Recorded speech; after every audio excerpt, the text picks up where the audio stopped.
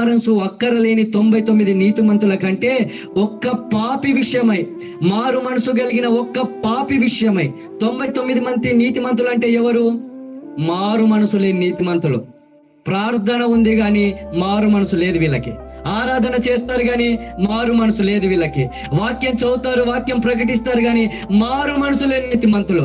దేవుని దగ్గర బల తీసుకుంటారు కానీ దేవుని రక్తము చేత నీతిమంతులుగా మార్చబడ్డారు కానీ మారు మనసు లేని నీతిమంతులు వీళ్ళు.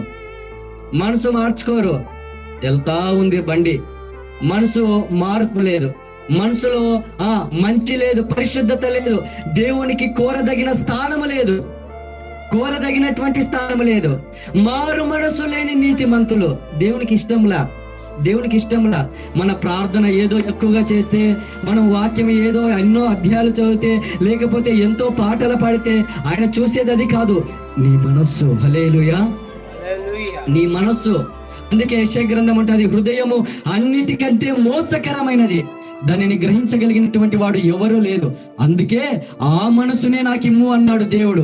చెడిపోయిన నీ మనసును నేను బాగు చేస్తాను, చెడిపోయిన నీ బ్రతుకును నేను బాగు చేస్తాను, పాడైపోయిన నీ మనసును నేను బాగు చేస్తాను, పాపానికి లొంగుతున్న నీ మనసును నేను కడుతాను, పాపానికి అలవాటైపోయిన నీ హృదయాన్ని నేను కడుతాను, అపవిత్రతకు అలవాటైపోయిన నీ హృదయాన్ని నేను కడుతాను, అపరిశుద్ధతకు అలవాటైన నీ హృదయాన్ని నేను కడుతాను. దేవుని ప్రేమ కంటే లోకాన్ని ఎక్కువగా ప్రేమించటానికి ఆకర్షించబడుతున్న నీ హృదయాన్ని నేను కడుతాను. మారు మనసు లేని 99 నీతిమంతులు, 99 నేనంటాను పరిశుద్ధులు.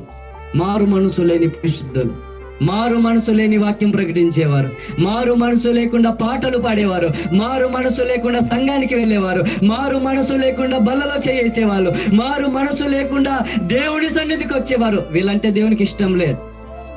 ఒక్క పాపి విషయమై, అయ్యా నేను పాపిని నాయనా, నా బ్రతుకును మార్చయ్యా, తలెత్తుకోవటానికి కూడా నేను యోగ్యుణ్ణి కాదు నాయనా, నీ వైపు చూడటానికి, నీ ముఖకాంతి వైపు చూడటానికి నేను యోగ్యుణ్ణి కాదు నాయనా, నా చేతులు అపవిత్రమైనటివి నాయనా, నా పెదములు అపవిత్రమైనటివి, నా చూపులు అపవిత్రమైనటువంటివి, పాపములో పుట్టిన వాడను, పాపములో జీవిస్తున్నటువంటి వాడును, అపవిత్రమైన ప్రజల మధ్య నివసిస్తున్నటువంటి వాడను, అయ్యా నన్ను మార్చయ్యా, నన్ను పరిశుద్ధిని చెయ్యంటే ఆ రోజు పరలోకము సంతోషించుతుందంట. హల్లెలూయా. నీ మనస్సు మార్చబడితే, నీ మనస్సును దేవునికి ఇస్తే, ఈ లోకమంతా దేవుడు పుట్టాడని సంతోషిస్తే, నీ మనసు ఒక్కటి తెచ్చి ఆయన చేతిలో పెడితే పరలోకమే ఇప్పుడు మనం వేసినట్లు గంతులు వేస్తుంది. హల్లెలూయా. ఇస్తావా నీ మనసు దేవునికి? ఇంకా